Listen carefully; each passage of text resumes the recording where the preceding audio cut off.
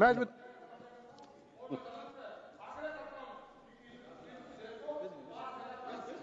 Start, please. Okay. தலைவர் அவர்களுக்கு வணக்கம்.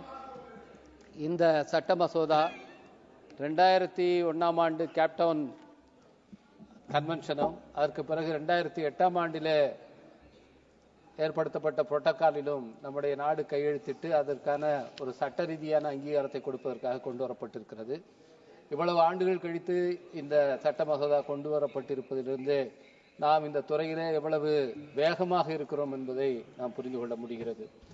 இந்த சட்ட மசோதாவில் ஏர்கிராப்ட் என்று வகைப்படுத்தப்பட்டிருப்பதில் விமானங்கள், ஹெலிகாப்டர் மற்றும் என்ஜின்கள் என்று சொல்லப்பட்டிருக்கிறது. இதில் ட்ரோன்கள் உள்ளடக்கப்பட்டிருக்கிறதா என்பதை மாண்புமிகு அமைச்சர்களிடத்திலே உங்கள் மூலமாக தெரிந்து கொள்ள விரும்புகின்றேன்.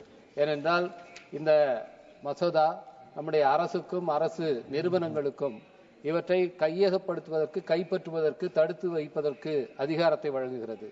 அப்படி வழங்கும் போது ட்ரோன்கள் இன்றைக்கு அதிக அளவில் பலவிதமாக வணிக ரீதியாகவும் சரி, யுத்த ரீதியாகவும் சரி பயன்படுத்தப்படுவதை நாம் பார்க்கிறோம். எனவே அது இதில் உள்ளடக்கப்பட்டிருக்கிறதா என்பதை தெரிந்து கொள்ள விரும்புகின்றேன்.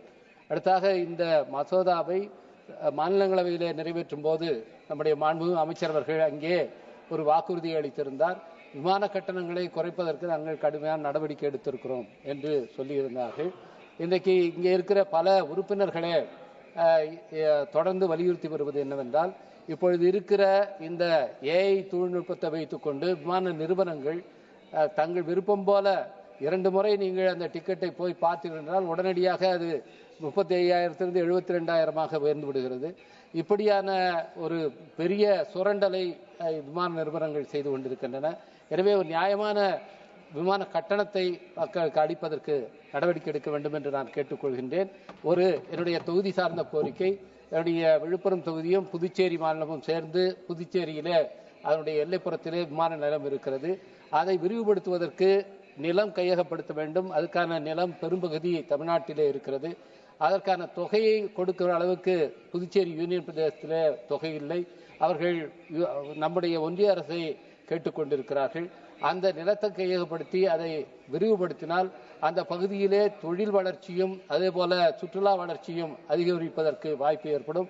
எனவே அந்த விழுப்புரம் மாவட்டத்துக்கும் புதுச்சேரிக்கும் சேர்ந்து பயனளிப்பதாக இருக்கும். மாண்புமிகு அமைச்சர் அவர்கள் இந்த கோரிக்கையை பரிவோடு பரிசீலித்து அந்த திட்டத்தை விரைந்து முடிக்க உதவ வேண்டும் என்று கேட்டுக்கொள்கிறேன். நன்றி. Thank you.